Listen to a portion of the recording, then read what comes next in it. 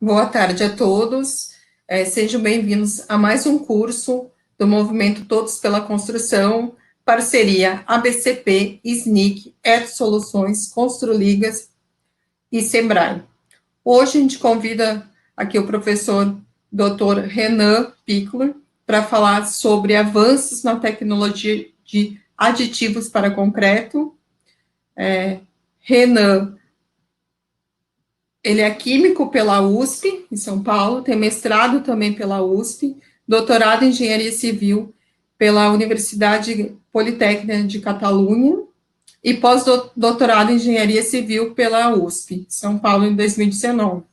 Atualmente, ele é coordenador do programa de mestrado profissional pela Universidade de São Judas. Renan, muito obrigado por aceitar nosso convite. E agora é com você. Olá, pessoal, boa tarde, tudo bem?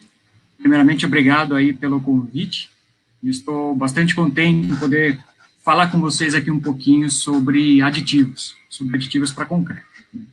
Então, começando principalmente com uma contextualização, essa daqui é uma foto do pátio do colégio aqui no centro de São Paulo, e, enfim, um muro aí que foi construído na época aí de 1500 e alguma coisa, 1600, que a gente vai ter aqui no fundo uma plaquinha falando sobre os materiais que foram utilizados para a construção desse muro. E quando a gente for lá, a gente consegue ler que foi utilizado argila, foi utilizado palha, foi utilizada clara de ovo e também sangue de boi. Então, pensar que esses materiais aí, clara de ovo, sangue de boi, eram os aditivos antigos aí que a gente tinha para a utilização com esses materiais antigos também. Obviamente, se a gente for para algumas construções mais antigas aí na Europa, a gente vai observar que esses materiais aditivos, no geral, já eram bastante utilizados há muitos anos. E para ver, né, como que a gente consegue ter esses avanços na tecnologia, tanto de materiais quanto de aditivos no geral, a gente pode observar essas duas rodovias aqui, que representam a conexão entre São Paulo, que ficaria aqui no canto esquerdo, com o litoral, pela rodovia dos Imigrantes. Então, a rodovia da esquerda é uma rodovia, a parte da rodovia que foi construída na década de 70, e a da direita no final dos anos 90. A gente pode observar que desses 30 anos aí, de diferença entre essas construções, como a tecnologia dessas construções foi modificada e foi bastante influenciada, aí, obviamente, pelos aditivos, né? Por que, na verdade, a gente consegue verificar isso? Porque, antigamente, né, na década de 70 e tudo mais, a gente não tinha muito problema com espaço, né? A gente não tinha muito problema com custo de cimento, principalmente, e a gente, na verdade, tinha, enfim, uma tecnologia de materiais, acho que bastante reduzida, principalmente ao que a gente conseguia obter. Né? Então, no geral, a gente conseguiria fazer concretos aí de FCKs em torno de 30 MPa, e se a gente quisesse, na verdade, que um elemento de concreto conseguisse suportar uma carga mais elevada, o que a gente fazia era simplesmente aumentar a área desse pilar, aumentar a área desse elemento, para garantir com que a carga em si, a carga suportada por esse elemento fosse maior.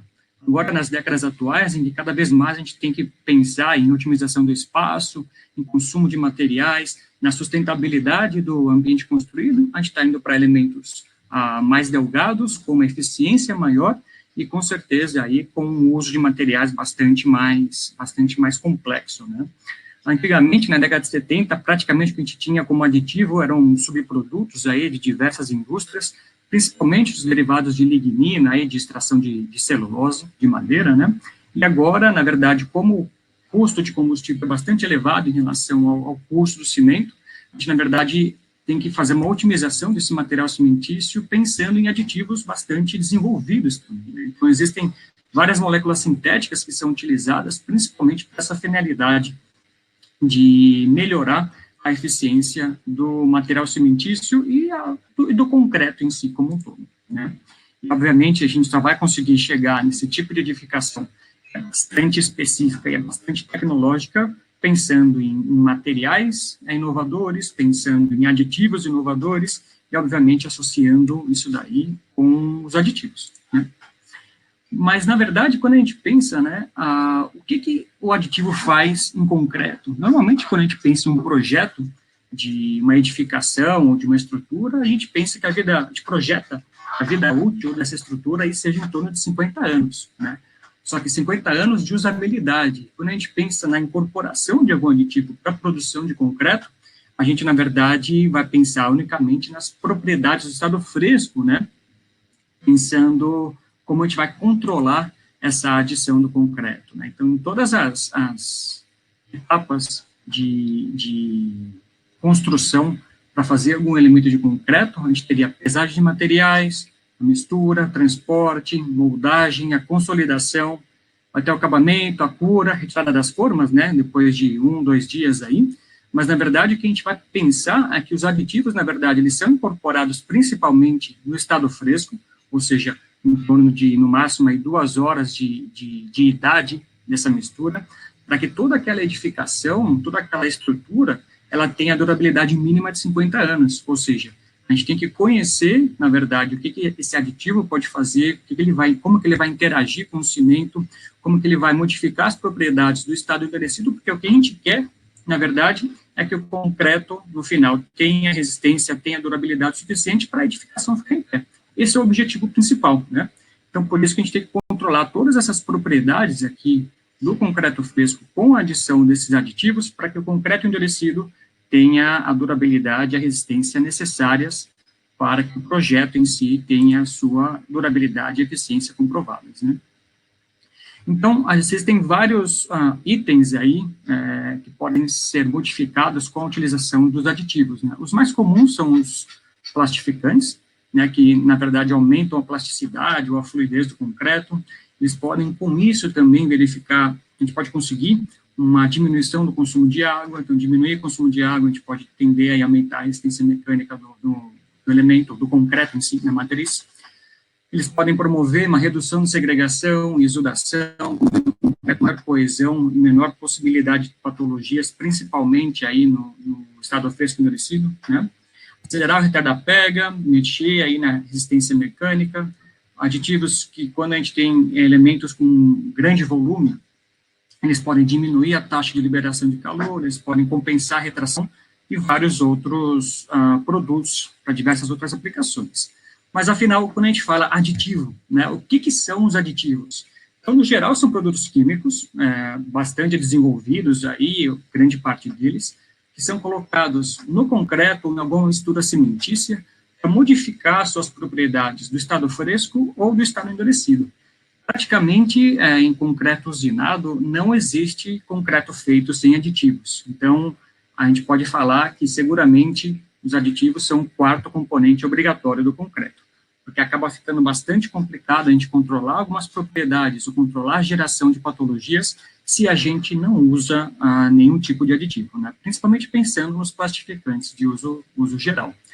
Quando a gente pensa na utilização de aditivos, a gente tem que levar vários pontos aí em consideração. Quais são eles? Aditivos atuam na pasta, principalmente, né? Então, existem alguns aditivos que podem trabalhar pensando com os agregados também, mas principalmente o que influencia é aditivo com cimento e água, que vai ter aí a sua eficiência e vai modificar as propriedades do concreto como um todo. Então, a gente vai pensar em aditivo, influenciar as propriedades da mistura cimentícia, da pasta de cimento, para que o concreto obtenha as propriedades desejadas. Aditivos não fazem mágica, né? Então, embora eles podem ter uma eficiência bastante importante, eles não transformam o concreto de má qualidade em um concreto de boa qualidade. Então, na verdade, o ponto principal para a gente ter um aditivo que funcione adequadamente é ter um projeto de construção, um projeto de materiais, de dosagem e de execução adequados para o projeto, né? Então, a gente tem que pensar nisso. Um projeto adequado, com materiais, dosagem adequada, para que o aditivo consiga promover a eficiência ou melhoria nas propriedades desejadas. E quando a gente pensa em aditivos, normalmente eu imagino, né, pensando que eles são meio que uma caixa preta, que a gente está colocando aí no concreto, em pequenas quantidades, no geral, comparado com os outros materiais, que vão modificar todas as propriedades, e a gente tem que ter enfim, uma análise mínima para saber o que eles podem fazer, né? Então, existem vários aditivos aí, superplastificante, acelerador, aditivo para moagem, incorporador de ar, modificador de viscosidade e assim por diante, que, na verdade, a gente acaba até desconhecendo quais são as propriedades químicas ou composição química deles e como que eles podem ser utilizados. E isso é o mais importante de tudo, né? Conhecer o que ele é, conhecer o que ele faz para determinar uma aplicação adequada para o material, né? Pensando aqui, principalmente no caso inicial dos dispersantes, acho que todo mundo conhece essa figura aqui da esquerda, né, que praticamente é a lei de Abrams, né? Então, quanto maior a relação água-cimento de concreto, menor sua resistência mecânica à compressão, nesse caso, em todas as idades aí, praticamente, né? Então, quando a gente pensa em modificar essa resistência mecânica, pensando unicamente nesse gráfico, o que a gente faria seria diminuir o consumo de água do concreto, ou seja, diminuir a relação água-cimento do elemento, né, do concreto fresco. Só que se a gente diminui a relação água-cimento, sem utilizar aditivo, né, a gente vai ter uma perda significativa aí da trabalhabilidade, ou seja, a gente pode ter uma heterogeneidade, pode ter uma dificuldade de mistura, uma dificuldade de aplicação, e acaba sendo complicado, né. Agora, uma outra possibilidade para a gente aumentar a resistência à compressão desse concreto seria aumentar o consumo de cimento, né? Só que se a gente aumenta o consumo de cimento, a gente vai ter um calor gerado maior, a gente vai ter uma maior possibilidade de retração. Como o cimento é o material mais caro do concreto, vai ter um maior custo, né, desse material, e obviamente, como o cimento é um dos materiais que mais gera CO2 durante a sua produção e a sua utilização, o impacto ambiental desse concreto aí vai ser bastante elevado. Então, a chave para a gente controlar a resistência sem mexer no conteúdo de cimento, no conteúdo de água, é a utilização de aditivos dispersantes, né?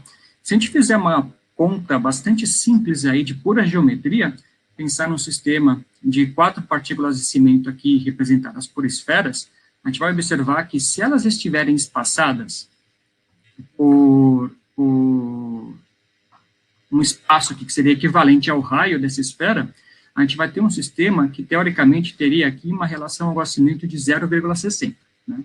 Aí, por contas convencionais aí, um concreto que tenha relação água-cimento 0,60, ele pode promover aí uma resistência à compressão de aproximadamente 25 MPa, né? Agora, se na verdade a gente tem com que esse espaço aqui do meio, ao invés de ser preenchido por água, ele fosse preenchido com uma outra partícula de cimento, né, que geometricamente ela caberia perfeitamente nesse espaço, a gente ia obter um concreto com relação ao água-cimento 0,14 e poderia, nesse caso, teoricamente, chegar a uma resistência à compressão de 200 MPa. Só que isso seria impossível se a gente, na verdade, só colocasse cimento ou tirasse água, né? A gente deve obrigatoriamente pensar em alguma dispersão. Porque, na verdade, o que é importante é que essas partículas, elas podem ser consideradas como esferas no comecinho, para ter um pensamento aí ideal, mas, na verdade, a gente tem que saber que a superfície das partículas de cimento, elas se modificam com o tempo, né? E qual o tempo é necessário para que elas se modifiquem? Na verdade, segundo a segunda, ela está sendo modificada. Por quê? Todas as reações que ocorrem aí durante a hidratação do cimento, elas são topoquímicas. Isso quer dizer o quê? Que elas ocorrem na superfície das partículas. Então, à medida que o cimento vai se dissolvendo, que vai se hidratando, que vai gerando composto hidratado, a gente tem que, na verdade, a geração aí de fases hidratadas aumenta muito a área superficial desse material, né?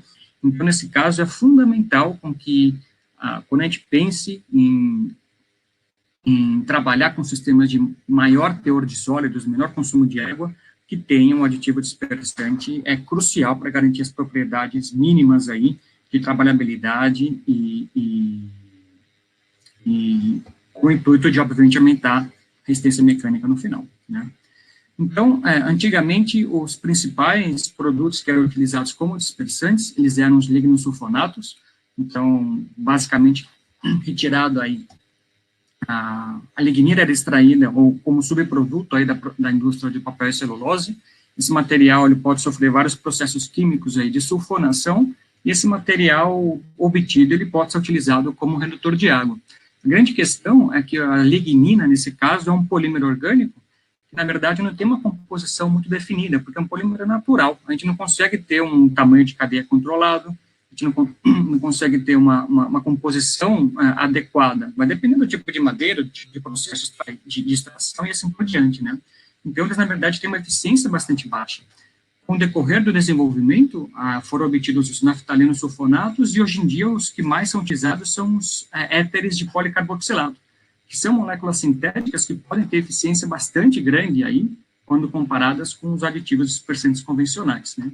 Então, pensando em concreto adensável, pensando em aplicações mais especiais para concreto, trabalhar com superplastificantes é fundamental, né, para garantir uma trabalhabilidade, uma adensabilidade também adequadas. E o ponto principal desses materiais é que eles, na verdade, eles têm que ter uma interação aí com o cimento superficial também, né? Eles atuam na interface entre a partícula de cimento e a água, né? Então, por isso que, na verdade, a gente tem uma quantidade bastante baixa aí de aditivos comparado com os outros materiais, mas que eles têm uma eficiência bastante grande aí, principalmente para dispersão, né? Esses aditivos que estariam representados por esse conjuntinho aqui parece um emaranhado de lã, né? Estariam aderidos ou adsorvidos na superfície da partícula de cimento, e dependendo aí da sua cadeia polimérica, ele vai ter um grau de dispersão adequado, mais duradouro e assim por diante.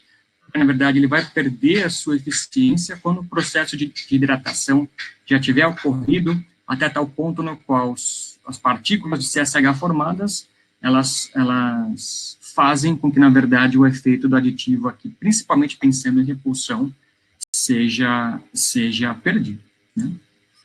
Então, normalmente, quando a gente tem aqui um concreto, ou uma pasta, ou uma argamassa que não tem dispersante, normalmente a gente tem, é muito comum, né, ou é muito provável que possa ocorrer alguma coisa de exudação nesse material, né, porque a gente tem que colocar a quantidade de água suficiente aí, para garantir uma boa trabalhabilidade, mas a gente sempre pensa que, na verdade, essa água não vai ficar 100% presa lá, né, não vai ficar 100% quimicamente combinada. Essa água vai ser perdida de alguma forma. Então, a geração de poros aí, normalmente, é bastante grande, esses poros são interligados, interconectados. Então, na verdade, quando a gente tem esses poros interconectados, é o que a gente obtém aí, é o processo principal de aumento de permeabilidade da matriz, aumento de porosidade, e que promove a diminuição da resistência mecânica do concreto. Agora, quando a gente consegue ter um aditivo dispersante, quando a gente coloca um aditivo dispersante nessa matriz, pela distribuição mais uniforme, mais homogênea das partículas de cimento no concreto, na matriz como um todo, esses poros, eles ficam bastante isolados, menores, eles não tem um grau de interconexão muito grande, então eles contribuem para isso também, né? Então, pela dispersão adequada das partículas de cimento, até, nesse caso aqui, a porosidade acaba sendo bastante mais uniforme também, né? Sem grandes heterogeneidades. Indo um pouco para retardadores, quando a gente pensa em outra classe dos aditivos, aí, os retardadores, no geral, a grande parte dos retardadores, eles têm uma base química muito parecida com açúcares, né? Então, a sacarose, glicose e frutose são retardadores bastante potentes aí, quando a gente tem alguma aplicação necessária, que seria principalmente pensar em concretagem, em temperaturas elevadas, em concretagens de elementos que têm grande volume, ou pensar que, na verdade, se precisa reduzir o calor de hidratação do concreto, para evitar patologias aí decorrentes, principalmente da geração de calor excessiva, como a retração térmica, e assim por diante. Né? O grande problema dos retardadores é que, na verdade, como eles são muito potentes, a gente pode ter um pequeno erro na dosagem, pode causar um grande retardo aí na pega do concreto. Então, alguns aditivos, por exemplo, como o sorbitol, eles são retardadores superpotentes. Se a gente colocar ele nessa porcentagem aqui de 1 mol% em relação à massa de cimento, a gente praticamente não tem a pega do cimento, não tem a pega da pasta, né, com 50 dias de idade, né. Então, na verdade, colocou alguma coisinha errada, colocou uma dosagem inadequada, a gente vai ter com que esse concreto não vai atuar adequadamente, não vai proceder aí, não vai desenvolver as propriedades adequadas de acordo com o especificado. Então, sempre temos que pensar em qual retardador usar, em qual concentração, é sempre fazer um teste de campo antes, né? Alguns modificadores de viscosidade, eles têm essa cara bastante interessante aqui, que, na verdade, eles são derivados de celulose, né? Então, o que seria um modificador de viscosidade? Seria praticamente um efeito bastante similar ao que o amido de milho, ou a maisena, nesse caso, faz em produtos alimentícios, né? Na verdade, eles são os compostos aí que são para aplicação em concreto, eles são derivados de celulose, são éteres de celulose no geral, e eles fazem com que, na verdade, a água, nesse caso aí da matriz cimentícia, ela fique com uma viscosidade maior. Então, são aditivos que atuam sobre a água, principalmente, e nem tanto aí sobre a partícula de cimento. Principalmente a aplicação desses aditivos aí é para aumentar a estabilidade, aumentar a coesão da matriz, e quando tem aplicações aí, por exemplo, para a construção de obras subaquáticas, né, como poços de petróleo, assim por diante. Alguns compensadores de retração, eles são principalmente compostos aí por fases inorgânicas, como o óxido de cálcio, como o sulfaluminato de cálcio. Na verdade, quando tem a sua reação com água, eles causam expansão, né? Então, a hidratação do óxido de cálcio, gerando portlandita, por exemplo, ela tem uma variação de volume de mais de 100%, né? De mais 100%, na verdade. Já pensando aqui no sulfaluminato de cálcio, para a formação de heteringita, a gente tem uma variação de volume de em torno de 40%. Então, esses compostos são muito utilizados principalmente em indústria de pavimentos, né, que acho que é bastante comum o emprego desses aditivos, para para compensar, na verdade, a retração que o concreto vai ter, que o cimento vai promover, né. Aqui uns exemplos de aplicação, nessa foto da esquerda, aqui um pavimento, um pano de concreto, na verdade, de 400 metros quadrados, com utilização desse aditivo compensador de retração. Esse pano aqui não tinha nenhuma junta, nenhum corte de junta, e não apareceu nenhuma fissurinha ali por retração, por secagem, retração autógena e assim por diante, né? O pavimento ficou bastante adequado aí para usabilidade, né? Sem nenhum corte de juntas. Agora, com o nosso controle, aqui um pano de concreto de 80 metros quadrados, sem esse aditivo, apresentou uma grande área de fissuração aí, principalmente ação por secagem, né?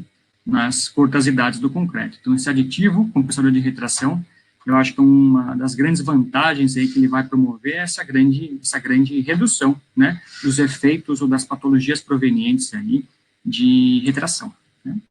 Os mais comuns, pensando aqui em produtos mais tecnológicos, são aditivos baseados em nanopartículas, principalmente pensando em sílica e pensando em óxido de grafeno.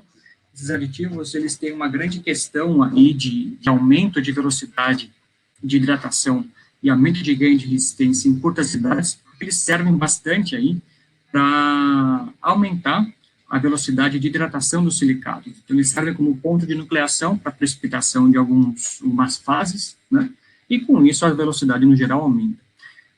Velocidade de reação aumenta, né? E uma das grandes questões que a gente tem que pensar é que, normalmente, a gente não quer aumento de resistência, né? A gente quer manter a resistência mecânica naquele projeto, unicamente melhorar a eficiência do cimento, a eficiência do concreto. Então, como esses aditivos tendem a aumentar, né, a resistência à compressão desses elementos, o que a gente pode fazer é produzir um concreto aí com uma redução de consumo de cimento, manter a resistência mecânica com a utilização desses aditivos. Então, pensar que, na verdade, são aditivos que, teoricamente, são bastante caros, né, a gente consegue ter uma eficiência econômica bastante grande, porque a gente consegue reduzir uma grande parte do cimento.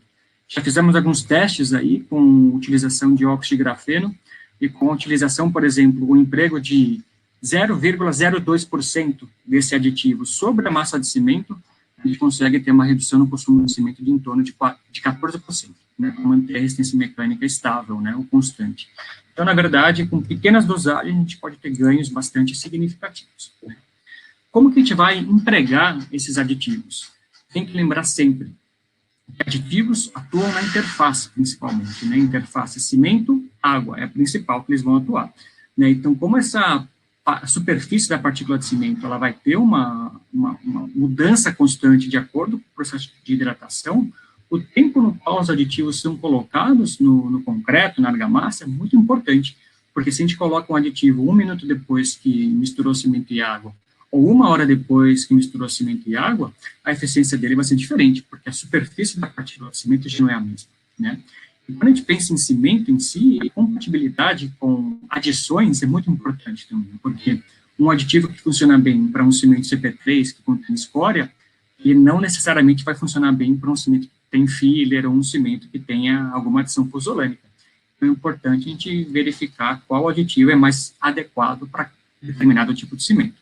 Sempre pensar que, na verdade, colocar um aditivo, a gente vai ter a modificação das propriedades do estado fresco e do estado endurecido também, né? Pensando o que é necessário para o projeto para verificar qual aditivo utilizar. E sempre que utilizamos o aditivo, como eu comentei no começo, né, eles não fazem mágica. A cura do concreto é fundamental, né? Então, não é porque coloca aditivo que pode tirar a cura, nunca, né? Então, o processo executivo de elementos aí tem que seguir as boas práticas de construção sempre, né? A gente já sabe que o processo de hidratação é bastante complexo, né? Porque quando a gente coloca cimento e água, a gente vai ter um monte de reações de dissolução, um monte de reações de precipitação, né, que vão modificar toda a composição química do cimento como um todo, né, do cimento hidratado, do concreto hidratado. Agora, quando a gente coloca aditivos, a gente vai mexer ainda mais nesses equilíbrios. Então, é importante que a gente saiba como esses aditivos atuam, né, para garantir onde que eles vão ter a eficiência melhor e com qual material ele vai ser mais compatível, né? E pensando principalmente que a gente olhar o clinker, né, o clinker produzido aí no processo comum aí de fornos rotativos, o clinker não é material puro, né? A gente sabe que tem várias partículas aqui que são bastante complexas, né? Elas são compostas por silicatos, por aluminatos, por ferroaluminatos e assim por diante. Então, o cimento em si é um material que não é puro, né? E pensando principalmente no Brasil, que é um dos países no qual o fator clinker é o mais baixo de todos, né, em torno de 70% em comparação aí com o restante do mundo, nossos aditivos têm que ser muito bem pensados para cimentos compostos. E, como eu comentei, né, os cimentos compostos, eles têm uma composição bastante diversa, dependendo da adição que é colocado lá. Então, a adição, ela pode ter um efeito físico, pode ter um efeito químico, ela tem uma composição bastante diferente do cimento. Então, um aditivo que trabalha muito bem com o cimento CP5-Ari, né, não vai trabalhar, pode não trabalhar tão bem com aditivos que contenham adições, porque a superfície dessas adições é diferente, a reatividade dessas adições é diferente, e, na verdade, a interação, a superfície específica vai ser bastante importante a gente caracterizar para utilizar ou para indicar um aditivo adequado para aquele material, né, porque, como eu comentei, né, o que a gente quer é que seja um sistema bastante compatível, né? Colocar um cimento com um aditivo tem que dar um concreto, uma argamassa, uma pasta que tenha as propriedades adequadas. Dependendo aí da combinação de materiais, a gente pode não obter, né? Então, é muito, muito importante que a interação entre ligante e aditivo, pensando no ligante, cimento mais adição, né, tenha que ser avaliado, tem que ser verificada a compatibilidade entre os materiais. Porque essa compatibilidade é o princípio químico fundamental que vai modificar o desenvolvimento de resistência mecânica, né? Então, sempre que fazemos alguma indicação de aditivo, a gente nunca pode fazer no olho, né? Temos que fazer um teste inicial, sempre. Obrigatório fazer esse teste inicial, porque, na verdade, a gente não pode brincar em campo, né? Como a gente comentou no começo, a gente coloca o aditivo, tem aquela modificação de propriedades que a gente só observa no estado fresco, em 2, 3 horas aí de idade, mas o elemento tem que durar 50 anos, né? Então, o teste de campo é obrigatório. Quais são os testes principais que a gente pode fazer para a gente avaliar essa compatibilidade, né? Então, eu gosto muito desse ensaio de calorimetria isotérmica. Se eu fosse abrir um laboratório aqui de cimento, o primeiro equipamento que eu compraria seria um calorímetro, porque, na verdade, como as reações do cimento são exotérmicas, a gente tem com que o perfil da curva de geração de calor é modificada bastante aí pelo processo de interação com o aditivo, né? Então, aqui essa curva azul, ela representa um cimento com aditivo que teve uma hidratação praticamente ideal, né? Então, a gente tem um período aqui de geração de calor, um pico de geração de calor em torno de 4 miliwatts por grama, o período de indução aqui está em torno de 3, 4 horas. A gente consegue observar que a área abaixo da curva, ela pode, enfim, se calcular, daí ela vai ser muito maior do que as outras, né? Agora, se a gente observa essa curva preta, né, a gente vai ver que o tempo de pega, o tempo de indução, ou seja, o tempo de pega inicial, ele vai estar em torno aí de 18 a 20 horas, né? Isso é uma coisa que a gente não tem obra, né? Então, temos que tomar muito cuidado temos que utilizar esse ensaio aí a nosso favor para verificar, na verdade, como que os aditivos interagem com o material cimentício, né? Alguns outros ensaios aqui são derivados da análise química da fase líquida. Como a gente sabe que os aditivos atuam na interface sólido-líquido, toda a geração de íons pode ser modificada, cálcio, sulfato e assim por diante. Então, se a gente tirar ou remover aí alguma amostra da fase líquida de concretos no estado fresco, a gente pode ter uma análise bastante adequada aí do que o aditivo está promovendo, né? Em pastas, principalmente, né, verificar a análise térmica para a gente poder comparar ou analisar como o aditivo modifica a geração de tringita, a geração de CSH, sílice carbonato, cianocarbonato e assim por diante. Então, dos ensaios bastante interessantes aí, para a gente fazer essa análise em diferentes idades do concreto, né? Difração de raio-x, a gente pode ter uma análise em tempo real do que está acontecendo com o cimento naquele momento, né? Então, a gente pode fazer essa análise aí com pastas com diversos aditivos, para verificar como os silicatos, como os aluminatos reagem em presença ou na ausência deles, e verificar como isso está comparado, obviamente, com as propriedades da matriz, como um todo, né? E, obviamente, a gente tem que pensar em resistência mecânica, né? Porque não importa a gente conhecer tudo o que acontece lá, no meio mais micro, né? Se o elemento não tem resistência suficiente, né? Então, todo o uso aí de cimento, todo o uso de aditivos, todo o uso desses materiais cimentícios combinados, eles são para quê? Para que a edificação tenha durabilidade suficiente, né? Para que o projeto tenha vida útil de no mínimo 50 anos. Então, é importante a gente avaliar como esses aditivos, interagindo com o cimento, influenciam o desenvolvimento de resistência mecânica. Então, esses são os testes principais aí, eu acho que são bastante adequados para a utilização, para essa caracterização um pouco mais fina, né, do material. No geral, a gente observa bastante testes em aditivo, unicamente pensando no elemento como um todo, né, pensando em resistência unicamente. Mas toda a geração de resistência mecânica, como foi comentado, depende bastante dessa interação cimento-aditivo. Então, se a gente partir do micro para poder explicar o macro comportamento, eu acho que é a etapa fundamental aí para a gente poder ter uma caracterização das propriedades do cimento com os aditivos e, obviamente, promover a melhor combinação para um elemento estrutural de boa eficiência. Pessoal, agradeço bastante aí a presença de vocês, o convite feito pela DCP, e meu muito obrigado aí para vocês. Aqui estão meus contatos, para quem necessitar, alguém quiser comentar futuramente sobre alguma dúvida.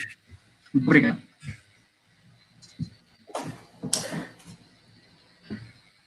Agradeço, Renan, sua participação aí. Vamos às perguntas.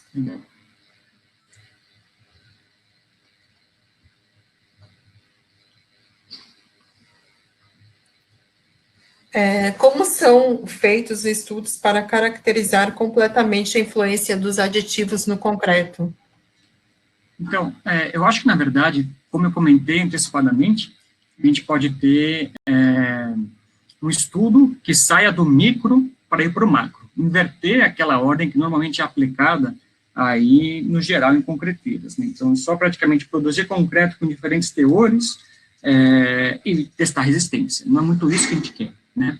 Então, na verdade, a gente tem que ir para o micro, especificar a interação cimento, adição, aditivo, para que a gente possa promover uma combinação de aditivos eficiente aí para promover a resistência mecânica. Então, eu iria principalmente para um estudo exploratório em pasta de cimento, verificar essa interação para que depois eu fosse aplicado em concreto como elemento estrutural. Então, faria uma combinação de materiais aí para fazer estudo de calorimetria, fazer estudo de evolução de fases por difração, verificar a microestrutura. Com isso, a gente poderia fazer uma varredura bastante grande de quais materiais funcionam em quais dosagens, para que o estudo em concreto fosse mais beneficiado, né? A gente sabe que o estudo em concreto, normalmente a gente tem que esperar aí, no mínimo 1 mês para fazer a resistência mecânica, né, 28 dias como padrão. Esses ensaios em pasta dão resultados com 1 dia, né, resultados muito mais significativos do que romper um corpo de prova. Então, essa comparação dos estudos micro com os estudos macro é fundamental para garantir a eficiência ou analisar a influência dos aditivos em materiais alimentícios. Deixa aqui uma pergunta sobre o termômetro, se é adiabático ou semi-adiabático. Na verdade, a gente tem um problema um pouco grande com os calorímetros adiabáticos e semi-adiabáticos. A gente trabalha principalmente aqui com o isotérmico. Por que é o isotérmico? Porque a gente vai garantir que a temperatura durante todo o ensaio, ela permaneça constante. Então, a gente fixa 20, 23, 25 graus, a gente mantém essa mesma temperatura do início até o final. Quando a gente trabalha com adiabático, com semi-adiabático, a gente normalmente trabalha com um isolamento de transferência de calor entre o meio que está reagindo e o meio externo, né? Então, na verdade, o calor gerado, ele é acumulado dentro do concreto, da pasta e assim por diante, e, na verdade, essa geração de calor pode catalisar as reações futuras. Então, ela não é representativa dos fenômenos químicos que ocorrem. Dá uma indicação, sim, mas, na verdade, a gente tem que ir para o calorímetro isotérmico. Então, quando a gente pensa em calorimetria adiabática, a gente vai pensar na aplicação final, né? A gente vai produzir um elemento, a gente quer verificar a evolução de temperatura, para tentar verificar um ganho de resistência. A gente pode, sim, ter uma análise pelo ensaio de maturidade, né, do quanto que vai ter de resistência mecânica, mas se você quiser caracterizar a influência do aditivo no cimento, o melhor teste é a calorimetria isotérmica mesmo. Em relação aos superplastificantes, em concretos de baixíssimo ar, qual ou não influência negativa na hidratação completa do cimento? Como garantir uma hidratação adequada? Nem sempre a hidratação completa é o necessário, né? Quando você pensa em relação a ser baixíssimas, em torno de 0,18, 0,20, a gente tem que na verdade, o cimento, ele necessita de 0,22, 0,25 para se hidratar completamente. Verificar o que vai ser necessário aí para a absorção dos agregados, né, que eles vão absorver, e para a trabalhabilidade. Então, na verdade, quando a gente trabalha com concretos de com relação a água-cimento 0,20, 0,18, não existe hidratação completa, né? Mas, no geral, essa não hidratação completa faz com que a partícula de cimento funcione como um núcleo rígido dentro do concreto. E esse núcleo rígido, na verdade, ele pode promover aumento de resistência mecânica significativa quando comparado com as partículas hidratadas. Então, no geral, essa não hidratação completa do cimento, pensando, obviamente, numa dosificação adequada, não é negativo, tá? Pode ser positivo. Outra pergunta aqui é sobre se existe a possibilidade de usar o RCD como aditivo para concreto. Esse é comum usar no processo de produção do concreto para pavimentação? Do uso de RCD como aditivo, eu não entendi essa pergunta direito. Existe a possibilidade de usar o RDC como aditivo para o concreto. Ele é utilizado como RCD agregado, né? Resíduo de construção e demolição. Será que seria isso? Perguntando no Marco Antônio. Então, na verdade, o RCD, a gente tem agregados aí de diversas fontes, né? Demolição de concreto endurecido, por exemplo, e ele pode sim ser utilizado para concreto de pavimentação. Grande questão é que se a gente coloca algum aditivo nesse concreto com RCD, a gente tem que pensar em mais um fator que pode interferir, né? Porque o agregado reciclado, ele tende a ter uma absorção maior, ele vai ter uma absorção de aditivos também, né? Então, é importante analisar essa compatibilidade, em geral, né, desse material como um todo. Há risco de algum tipo de aditivo promover uma patologia na corrosão da armadura?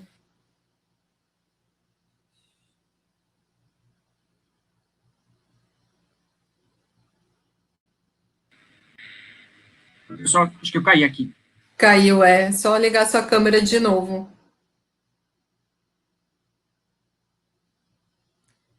Só um momento, pessoal, que caiu a conexão dele.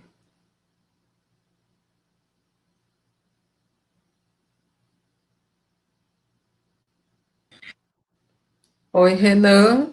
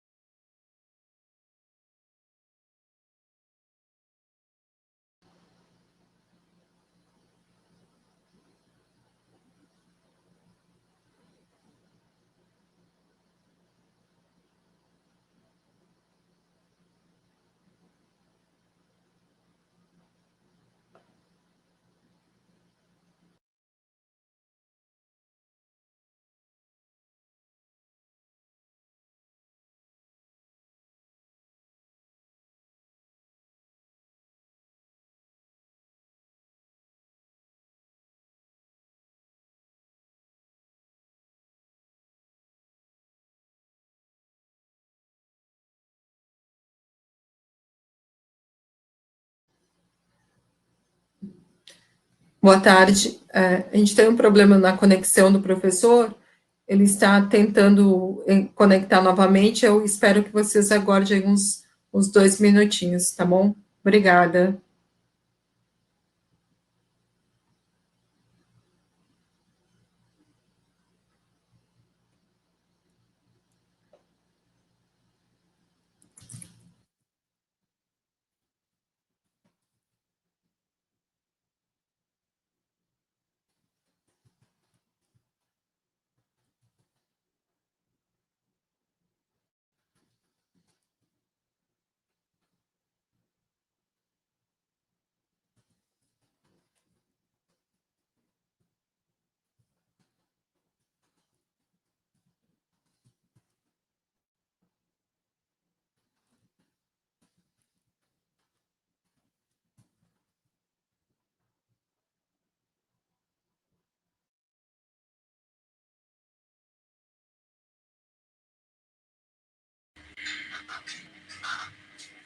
Oi, Renan. Oi, pessoal, desculpem aí pelo probleminha aí, teve uma queda aqui na internet, desculpem.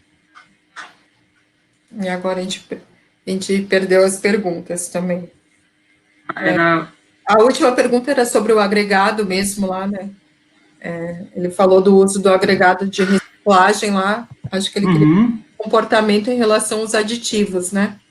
Isso, então, na verdade, como os agregados, aí, eles têm uma absorção bastante grande de água, né, em relação aos agregados convencionais, é muito importante que a gente avalie como que esses aditivos vão contribuir aí para a eficiência do concreto como um todo, pensando que esses agregados podem ter uma absorção de aditivo também, né? Eles têm uma porosidade maior, eles têm uma superfície específica maior, eles já são compostos por produtos hidratados, né? Então é importante fazer essa caracterização completa. Eu verifiquei aqui no chat, o Ronaldo comentou como um polímero superabsorvente, né? Eu só peço que você enquadre a sua imagem, tá? Aí. Obrigada. Sim. Então, na verdade, o uso do RCD como um polímero superabsorvente, na verdade, eu acho um pouco complicado, porque o agregado reciclado é tão poroso, que acho que essa liberação de água que ele pode ter futuramente, ela, sinceramente, eu não sei. Sinceramente, eu não sei.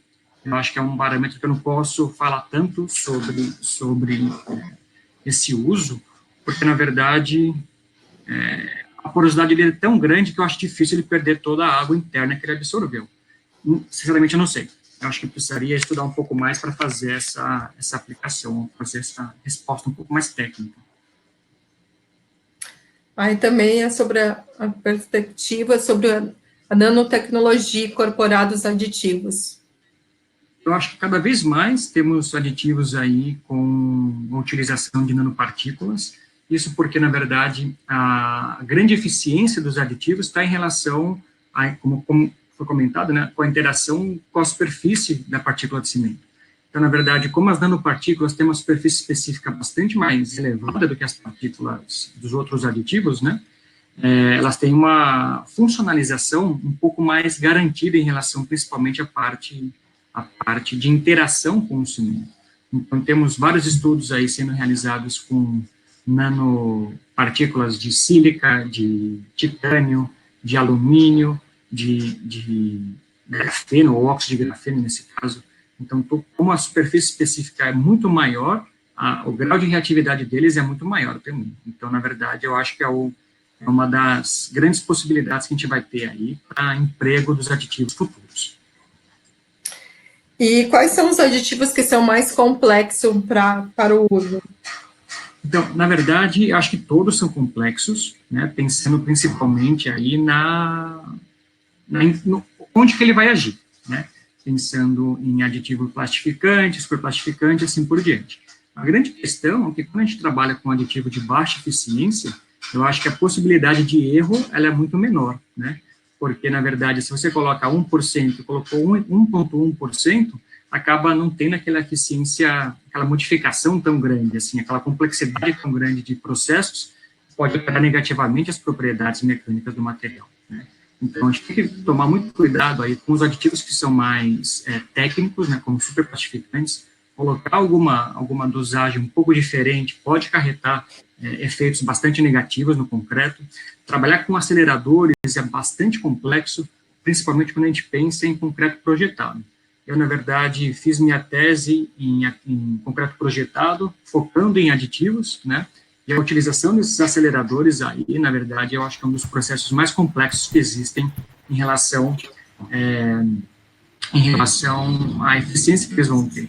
Isso porque, na verdade, eles promovem várias reações químicas com os aluminatos, principalmente, e, na verdade, são os principais elementos, as principais fases que podem promover aumento de resistência mecânica facilmente, ou podem ter uma perda bastante grande se a gente dosar ele inadequadamente.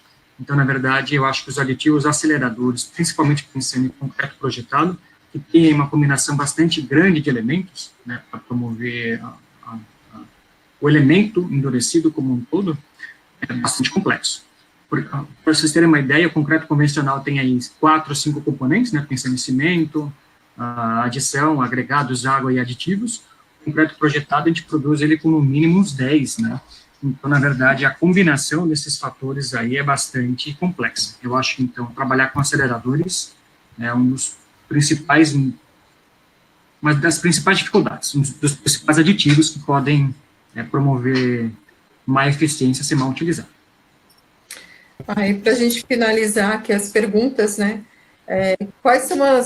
como é que você acha que vai ser a evolução aí do uso dos aditivos e quais são as principais dificuldades para aumentar esse uso? Pensando principalmente no mercado brasileiro, a gente tem que pensar principalmente aí na região, né, que esse cimento é produzido, principalmente, porque dependendo das matérias-primas que a gente tem disponíveis aí para a produção de cimento, a gente tem que pensar que os aditivos vão ter que ser modificados também, né? E a grande principal meio da gente aumentar a utilização de aditivos aí no mercado brasileiro é ter uma caracterização mais completa e ter uma informação, eu acho que mais técnica, sobre os aditivos e sobre a interação deles com o material cimentício. Porque, como eu comentei, né, normalmente é feito bastante ensaio de resistência mecânica, ensaios bastante macro, na verdade, para verificar a influência dos aditivos no concreto, é quando a gente tem que fazer essa reta contrária, essa reta oposta, né? Ir para o micro, verificar o que ele faz a nível do material cimentício, né, na superfície do cimento, para garantir com que as propriedades do concreto possam ser mais bem elaboradas, são mais bem controladas. Então, eu acho que o grande ponto para aumentar a usabilidade dos aditivos no mercado brasileiro é ir para estudos mais micro, para caracterizar o seu comportamento mecânico principal, a sua influência principal com o material cimentício, e de forma que a gente consiga empregar aditivos adequados para cada região do país que produz aí um material cimentício com matérias-primas diferentes. Tem mais alguma recomendação para a gente finalizar? Mais alguma dica aí, seu comentário final? Bom, na verdade, acho que o comentário técnico não tem mais nenhum. Queria realmente só agradecer vocês aí pela oportunidade e me colocar à disposição para futuras conversas e futuras dúvidas aí, se caso surgir. Agradeço mais uma vez. Você deixou seu e-mail, né? Quer repetir de novo, antes que eu entrar em contato? Eu posso colocar aqui no chat? Pode colocar.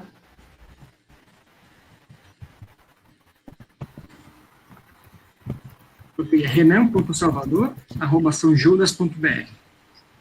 Renan, obrigada aí por aceitar nosso convite. Essa semana a gente vai ter mais uma palestra nesse tema de aditivos, acho que é na sexta-feira. Também a gente vai ter uma palestra sobre concreto autodensável, que o aditivo também deve ser mencionado, né? Uhum. Então, agradeço a sua participação, dos participantes, em mais um curso no movimento Todos pela Construção, parceria ABCP, Sebrae, Solução e Construída. Quem? Obrigada, até logo. Obrigado, pessoal. Um abraço, tchau, tchau.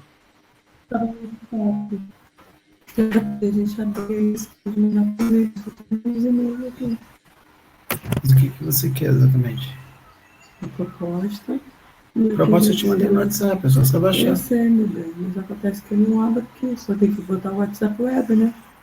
Eu só abri a página. Sim, era mais fácil ter pego e ter me enviado por e-mail. Não, mais fácil você, né?